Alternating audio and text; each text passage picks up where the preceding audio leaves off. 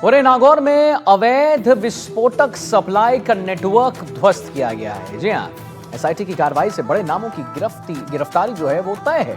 Bulldozer और jail ही अब कारोबारियों का अंजाम होगा। दिखाते हैं एक रिपोर्ट।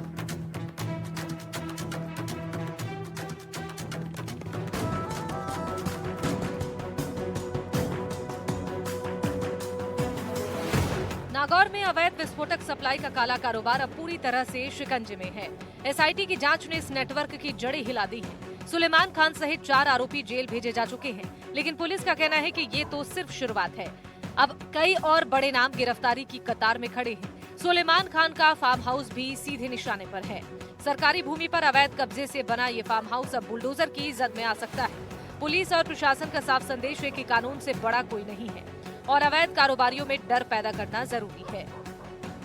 हमारी रेवेन्यू मशीनरी जो है वो जांच कर रही है कि किसका कब्जा है अथवा नहीं।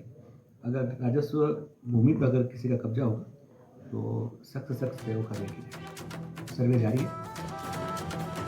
24 जनवरी को थावला थाना क्षेत्र के हरसौर में बरामद 10 टन विस्फोटक ने पूरे जिले को हिला दिया था।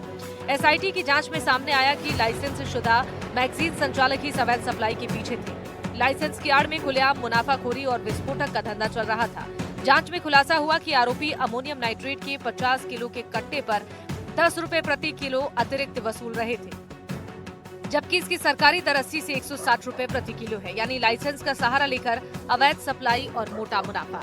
देवराज मेड़तिया ने 2 साल पहले लाइसेंस सरेंडर कर दिया था, लेकिन कुचेरा सीएचसी में संविदा पर नर्सिंग कर्मी रहते हुए वो अवैध सप्लाई करता रहा। बंसीलाल बंजारा के पास 3000 टन की मैगजीन का लाइसेंस है। महेंद्रपाल सिंह और भरत कुमार के पास भी टन भर के लाइसेंस है। एसआईटी की पूछताछ में कई और नाम सामने आए हैं और पुलिस अब सबूत जुटाकर गिरफ्तारी की तैयारी कर रही है। आगामी अनुसंधान में किसी कारणवश उनकी आवश्यकता पड़ती है तो पुनः पीसी रिमांड लेने के प्रावधान नए कानूनों में है, बीएनएसएस में, तो पुनः उनकी पीसी रिमांड ली जाएगी। जहाँ तक बात है आगे की और अनुसंधान और गिरफ्तारियों की, तो एसआईटी इसमें पूर्ण रूप से गहराई से इस पूरे प्रकरण का अनुसंधान कर रही है और साथ ही साथ एक रिपोर्ट भी हमारे द्वारा तैयार की जा रही है कि इस प्रकार की जो एक्सप्लोसिव्स का क्रय विक्रय और भंडारण जो अवैध रूप से हो रहा है, इस ओवरऑल रेगुलेटरी मैकेनिज्म को किस प्रकार से बेहतर किया जा सकता है, ये भी रिपोर्ट हम तैयार करके और पुलिस मुख्यालय को सबमिट करने जा रहे हैं। जहाँ तक केंद्रीय एजेंसियों की पूछताछ की बात है, वो अधिकृत रूप से जिस एजेंसी ने पूछताछ की है वही आपको अवगत करवा सकते हैं।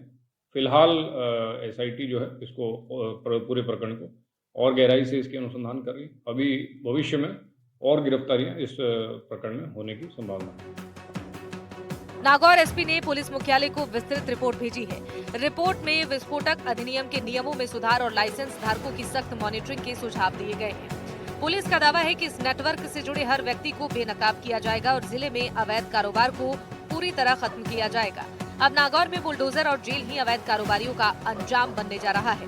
धरातल पर संदेश साफ है कि अवैध कारोबार करने वालों पर किसी भी कीमत पर उन्हें छोड़ा नहीं जाएगा। लोकेश श्रीवास्तव के साथ ब्यूरो रिपोर्ट, एनडीटीवी, राजस्थान।